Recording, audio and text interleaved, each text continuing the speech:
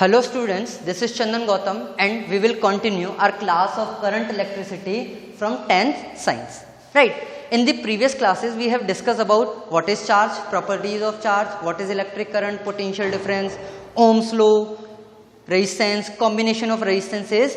आज हम इस लेक्चर के अंदर बात करेंगे तीन टर्म्स के बारे में बात करेंगे, या दो होंगी लेकिन तीन टॉपिक हम इसमें कवर करेंगे. पहला होगा हमारे पास में रेजिस्टेंस. पहला कौन सा होगा हमारे पास में? रेजिस्टेंस. सेकंड हम बात करेंगे किसकी?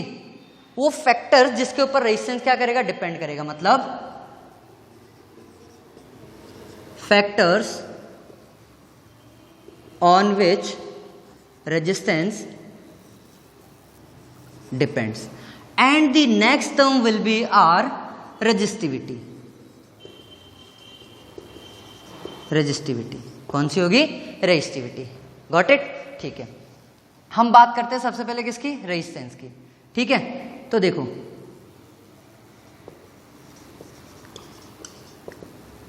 रेजिस्टेंस. देखो रेजिस्टेंस होगा क्या? ये कंडक्टर है, इसमें क्या है हमारे पास में? फ्री इलेक्ट्रॉन्स होंगे. क्या होंगे इसके अंदर? Free electrons. ध्यान रखना दो टर्म आती है, एक तो आता है कंडक्टर और दूसरा कौन सा होता है हमारे पास में? इंसुलेटर. तो कंडक्टर्स वो मटेरियल होते हैं, कंडक्टर्स वो मटेरियल होते हैं जिनके अंदर क्या हो? फ्री इलेक्ट्रॉन्स हो. पहला पॉइंट. और दूसरा पॉइंट, जो अपने अंदर से क्या कर सकते हैं? करंट को फ्लो करवा सकते हैं. समझ आई? दूसरे पॉइंट की अगर मैं बात करूं, दूसरा पॉइंट हमारे पास में होता है इंसुलेटर. इंसुलेटर वो मटेरियल्स होते हैं जो अपने थ्रू करंट को पास भी नहीं करवा सकते. क्यों? क्योंकि उनके पास क्या नहीं होते? फ्री इलेक्ट्रॉन्स नहीं होते. बात समझ आई? तो कंडक्टर के अंदर इलेक्ट्रॉन्स हैं. जैसे मैंने यहाँ पे एक पोटेंशियल डिफरेंस अप्लाई किया, क्या किया मैंने? एक पोटेंशियल डिफरेंस अप्लाई किया.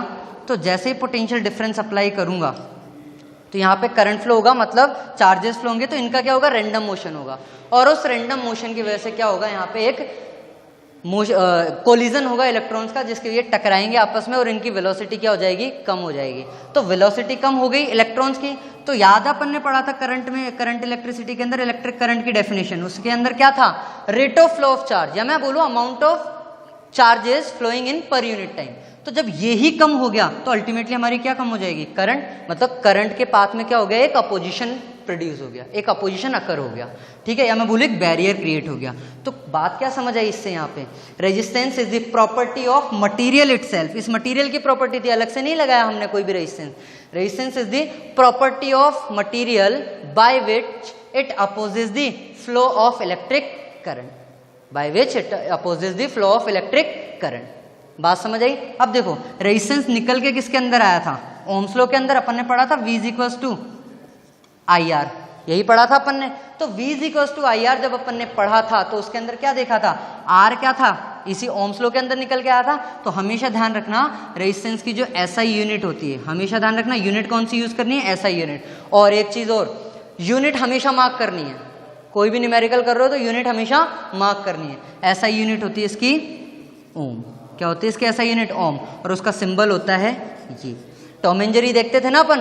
टॉम एंड जेरी में क्या होता था? जेरी का घर ऐसे ही होता था, घर ये सरफेस होता था और ये दीवार होती थी, ऐसे बनाते थे. तो इसको यहां से मिटा दिया, बन गया ओम. ठीक है, तो इसकी यूनिट क्या होती है? SI यूनिट ओम. ठीक है, अब देखेंगे हम कि वो फैक्टर्स कौन कौन से हैं जिसपे कोई भी जो रेजिस्टेंस है किसी भी कंडक्टर का वो डिपेंड करता है. तो पहला पॉइंट इसके अंदर आता है resistance of a conductor is directly proportional to the length of the conductor. मतलब जितनी ज्यादा लेंथ होगी रेजिस्टेंस उतना ज्यादा, जितना कम लेंथ होगी रेजिस्टेंस उतना ही कम होगा. ऑब्वियस सी बात है, मुझे 100 मीटर दौड़ना होगा तो मैं जल्दी दौड़ दूंगा. मैंने बोला 1 किलोमीटर दौड़ना, 1000 मीटर दौड़ना, तो मुझे टाइम लगेगा, थक जाऊंगा ना वहां तक पहुंचते पहुंचते. तो जितनी ज्यादा लेंथ उतना ज्यादा रेजिस्टेंस, जितनी कम लेंथ उतना कम रेजिस्टेंस. सेकेंड पॉइंट आता है हमारे पास में क्रॉस सेक्शन एरिया. पाइप होता है, पाइप का अगर मैं पाइप की बात करूं, मार्कर देख रहे हो, ये जो एरिया होगा इसी को हम बोल देते हैं क्या? Cross section area. तो जितना ज्यादा क्रॉस सेक्शन एरिया, पाइप का क्रॉस सेक्शन एरिया जितना ज्यादा होगा, पानी उतना ज्यादा निकलेगा, जैसे टैंकर वाला जो पाइप आता है. और क्रॉस सेक्शन एरिया जितना कम होगा, घर वाला पाइप, तो पानी कितना क्या होगा? उतना ही कम फ्लो होगा. मतलब resistance is inversely proportional to the cross sectional area of the conductor.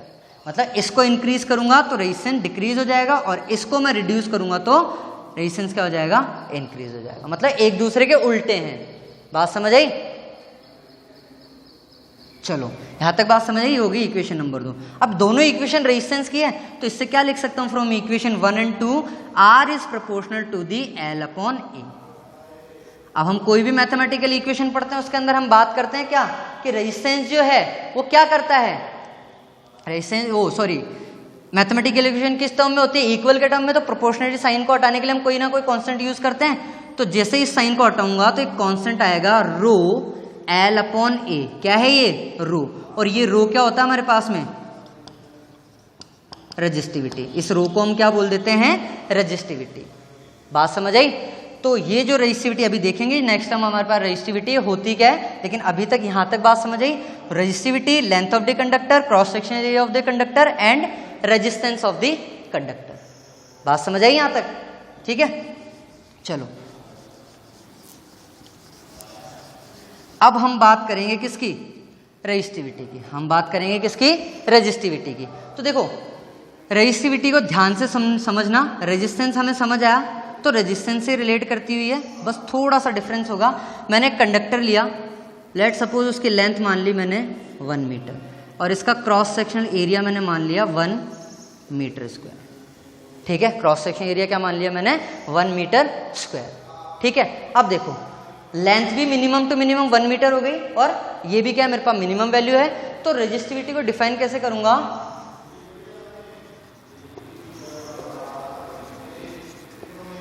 resistivity can be defined as the minimum resistance offered by a conductor unit length per unit cross sectional area.